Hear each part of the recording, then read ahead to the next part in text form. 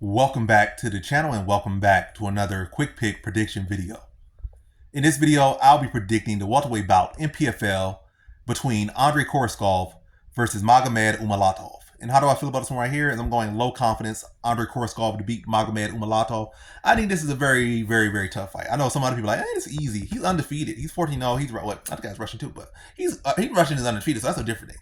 It's good to be Russian, but Russian undefeated, that's a different thing. So that's my lock of the night. But for me, I feel like Koreshkov, when you look at his body of work, I think his two of his losses, I think he's 1-2. Yeah, he's 1-2 versus Douglas Lima. That's prime Doug, not Diego. Douglas, get it right. Douglas Lima is, if anyone with sense, I feel like he's clearly like top 10 all-time welterweights. Not this old top 10 Bellator welterweights, like top 10 welterweights period in MMA history. Easily top 10 Douglas Lima, prime Douglas Lima. And he went 1-2 with him. That's like really no shame there. No shame. Maybe not getting finished by him twice. Maybe not getting submitted by him. That's a good thing. But in context, you understand how that happened. Doug Lima, again, in his prime was a very solid, scary guy. Very scary guy, to be honest. Almost like you could say he was like Alex Pereira. Now I'm super sizing. He was like Alex Pereira with a rounded out MMA game. I mean, it kind of was. At one point, he had the scariest leg kicks in the game, pound for pound at one point. For some years, he did. We saw what he did with Roy McDonald. He did have some big hooks as well. But he had more than just a hook as well. I mean, it was not his Pereira level hook, but his hook was pretty good. He had other games.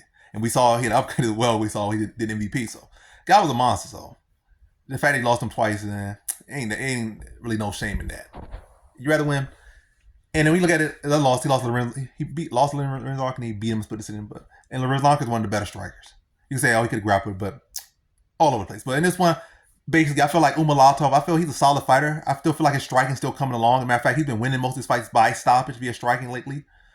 But I feel like Koreshkov, in my opinion, is the more well-rounded fighter. And I think the shots that Umalatov does, I don't feel like his kicks are all that great. I feel like mostly kind of punching, and a lot of times his shots are forceful. He lands those strikes, and they're forceful, and they're getting the job done. But I think that aggression and that pushing with his shots will leave him susceptible to Koreshkov spinning back, which he's very good at. Not as good as Max Holloway, but actually, I think he has got more finish. I don't think Holloway has a single stoppage via spinning back kick. He does a lot of damage with it, for sure, but I don't think he has a single. Now, he had like one, it was kind of near, but Koreshkov literally breaks your rib cage and ends the fight. It's not a case like hit you with a spinning back, but then he hits you on follow-up punch. All he needs is that you're on the ground, you injured, you wake up in the hospital off his spinning back kick.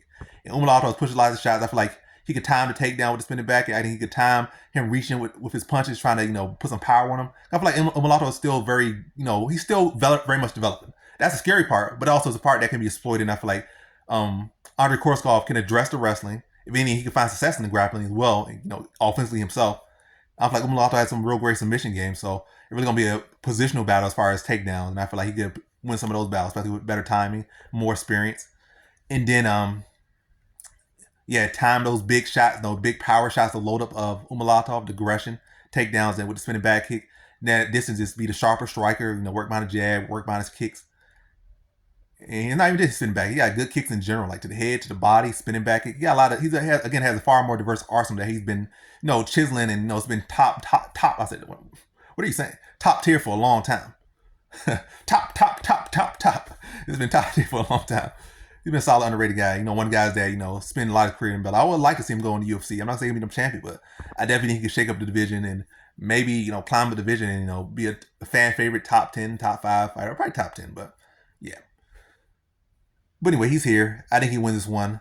And I'm going to say decision. I think it's going to be a close competitive fight. I think both guys will have that moment, but I think Koreshkov's experience at a high level will come through here. Not to say that Umalatov hasn't had some high level experience, but I think Koreshkov's experience is still there. And the fact that he did have that, was a Bellator champion at one point, had some high level wins.